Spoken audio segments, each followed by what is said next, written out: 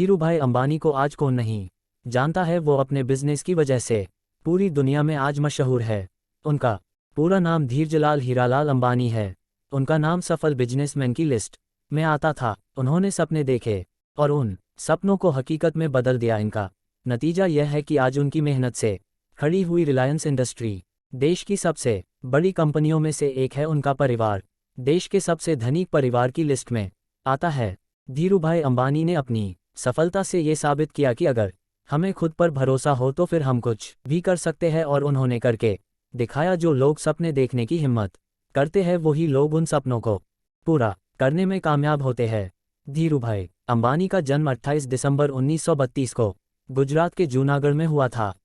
उनके पिता का नाम हीरालाल अंबानी और माता का नाम जमनाबेन अंबानी था।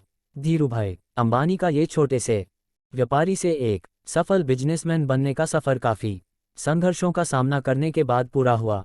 उन्होंने सिर्फ 300 रुपये प्रति माह की सैलरी से अपने करियर की शुरुआत की थी। आगे जाते जाते वे एक दिन अरबों खरबों रुपए के मालिक बन गए। अगर हम उनकी पढ़ाई की बात करें तो उन्होंने सिर्फ 10वीं क्लास तक ही पढ़ाई की थी, लेकिन उनकी मेहनत और उनके इरादे किसी मास्टर डिग्री हासिल करने वाले लोगों से भी ज़्यादा ऊंचे थे। उन्होंने बहुत ही कम समय में अपने छोटे से कारोबार को एक बड़ी सी कंपनी में बदल दिया। हम ये कभी सोच भी नहीं सकते हैं कि एक पकौड़ा बेचने वाला इंसान एक दिन इतना बड़ा बिजनेसमैन बनेगा। धीरूभाई अंबानी ने अपने करियर की शुरुआत में छुट्टियों के दिन गिरनार पर्वत पर आने वाले तीर्थयात्रियों को चाट पकौड़े बेचकर की थी। इससे पहले वे फल और नाश्ते बेचने का काम करते थे, पर उस काम में ज़्यादा मुनाफा नहीं मिलता था। इसलिए उन्होंने चाट पकौड़े बेचना शुरू किया था। उनका ये बिजनेस पूरी तरह से पर्यटकों पर ही निर्भर था। इसलिए ये बिजनेस साल के कुछ समय में तो अच्छा चलता था, लेकिन बाकी के समय में मुनाफा कम मिलता था। इस वजह से धीरूभाई ने ये बिजनेस छोड़ दिया। ये दोनों बिजनेस में कुछ खास सफलता उन्हें नहीं मिली। इसलिए उनके पिताजी ने उनको नौकरी करने की सलाह दी। अपने पिताजी की बात मानकर वे नौकरी करने चले गए। तब उनकी उम्र सिर्फ 16 साल की थी। धीरूभाई ने अपनी पहली जॉब एक बेस्ट कंपनी में एडेन शहर में सिर्फ प्रति माह 300 रुपये की सैलरी के साथ ज्वाइन की थी। वो कंपनी करीब 2 साल बाद शेल प्रोडक्ट्स की डिस्ट्रीब्यूटर बन गई और धीरूभाई का प्रमोशन हो गया। धीरूभाई शुरू से ही बिजनेस माइंडेड थे। जब वो नौकरी कर रहे तब भी उनकी दिलचस्पी बिजनेस में ही थी।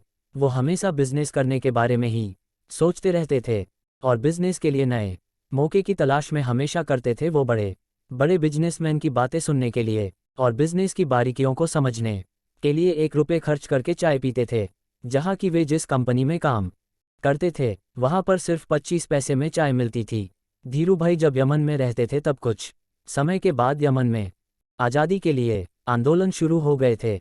इसकी वजह से वह पर रह रहे भारतीयों के लिए बिजनेस के सारे दरवाजे बंद कर दिए गए थे। इसके बाद धीरूभाई को साल 1962 में यमन से भारत लौटना पड़ा था। ये समय उनके लिए ऐसा था कि न तो उनके पास नौकरी थी और ना ही करने के लिए कोई बिजनेस था। धीरूभाई अंबानी ने अपने चचेरे भाई चंपकलाल दमानी के साथ मिलकर पॉलिस्टर धागे और मसालों के आयात निर्यात का काम शुरू किया था। इसके बाद उन्होंने सिर्फ 15,000 रुपये की राशि जमा करके रिलायंस कमर्शियल कॉरपोरेशन की शुरुआत की थी। वो उन्होंने मस्जिद बंदर के नरसिम्हा स्ट्रीट पर एक छोटे से ऑफिस के साथ की थी। ये ऑफिस सिर्फ 350 स्क्वायर फीट में थी और इस ऑफिस में एक टेलीफोन, एक टेबल और 3 कुर्सियां थी। शुरू में उनके पास सिर्फ 2 सहकर्मचारी ही थे। धीरूभाई और उनके चचेरे भाई चंपकलाल दमानी का बिजनेस करने का तरीका बिल्कुल ही अलग था। उसलिए धीरूभाई ने अपने खुद के दम पर बिजनेस शुरू किया और साल 1965 में चंपकलाल दमानी से पार्टनरशिप छोड़ दी। उन्होंने रिलायंस के कारोबार का विस्तार अलग अलग क्षेत्रों में किया। इसमें दूरसंचार, ऊर्जा, बिजली, कपड़ा, टेक्सटाइल, मूलभूत सुविधाओं की सेवा, पूंजी बाजार और आदि शामिल हैं। अब उनके दोनों बेटे अनिल अंबानी और मुकेश अंबानी नए मौके का पूरी तरह से इस्तेमाल करके रिलायंस इंडस्ट्री को आगे चला रहे हैं। धीरूभाई को 24 जून 2002 को हृदय विकार की वजह से ब्रीच कैंडी हॉस्पिटल मुंबई में एडमिट किया गया था, जहां पर उन्हें दूसरा विकार भी आया। उन्हें पहला झटका फरवरी 1986 में आया था। इसी वजह से उनका दायां हृदय काम नहीं कर रहा था।